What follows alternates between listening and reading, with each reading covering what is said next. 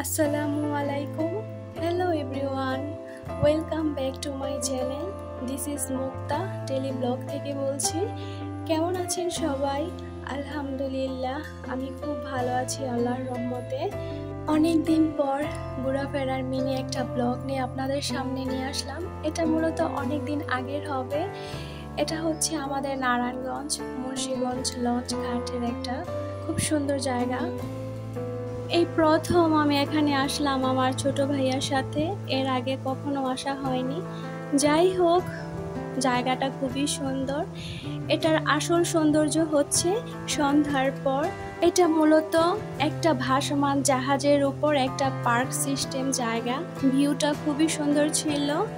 রাতের আকাশের চাঁদটাও খুব সুন্দর ছিল, চারপাশের পরিবেশটাও খুব সুন্দর। যাই হোক, ঘোরাফেরা করে এসে পড়লাম বাসায়। তার সাথে কিছুটা স্ট্রবেরি নিয়ে এসেছি। এখানে অল্প কিছু স্ট্রবেরি আমি ধুয়ে নিয়েছি খাওয়ার জন্য। আমার স্ট্রবেরি খেতে খুবই পছন্দ। তারপর খাওয়ার পর এখন একটু গেলাম ছাদে। মাশাআল্লাহ, সকালের মিষ্টি রোদে চারপাশে চিকচিক করতেছে। এটা হচ্ছে মূলত আমার বাবার বাসায় কিছুদিন আগে বেড়াতে যাওয়ার ভিডিওটা। এই তো এখানে হচ্ছে ছোট্ট মিনি, আমার ভাইয়া পোশাক মিনি। এই মিনিটা আমরা খুব শখ করে পালি। যাই হোক, মিনিটার সাথে আমার বাবা সারাদিন খেলা করে। মিনিটা কিন্তু খুবই দুষ্ট। এটা হচ্ছে আমাদের পেছনের আঙ্গিনা। বাড়ির পাশে একটা প্রাইমারি স্কুল আছে, তার পাশে ছোট্ট একটা পুকুর আছে, এই তো দেখতেই পাচ্ছেন। আমাদের বাড়ির চারপাশের পরিবেশটা খুবই সবুজে ঘেরা এবং শান্ত। আমরা ছাদে এসে রোদ উপভোগ করতেছি, তার সাথে মিনিও খেলা করতেছে।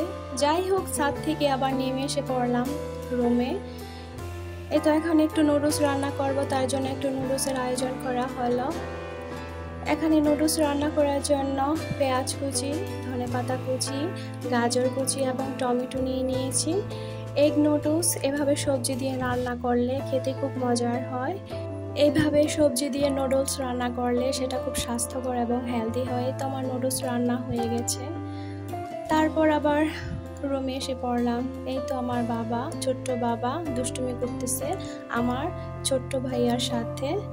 ওরা কি নিয়ে কথা বলতেছে আপনাদের একটু শোনাই।